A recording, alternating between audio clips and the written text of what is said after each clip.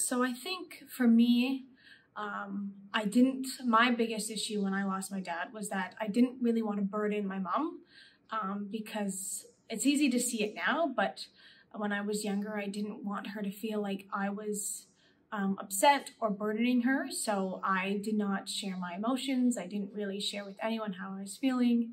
I kind of just sat in silence and hoped that that would make it easier for her. So I found opening up to be very challenging at a young age. And being 9, I didn't really understand kind of the finality of his death. And I kind of couldn't really wrap my head around this idea that I would no longer have a father and that my family was now a single parent household. So dealing with that, my siblings were going through grief in a way that I wasn't really relating to.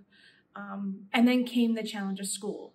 So for most of my life, I grew up not knowing anyone who lost a parent, a sibling, anyone substantial as I had felt. So at school, I found it extremely challenging to connect with other kids, to get them to understand that I don't like to talk about Father's Day, or I don't want to talk on my dad's birthday, or ignoring him completely also doesn't feel good in this weird space that people feel that they can't talk to me about him, but also me not being able to talk to others about him was a really challenging space in my life. And it took me many, many years to develop the ability to kind of talk to people about him and kind of share how I want him to be remembered and what's okay and what's not okay.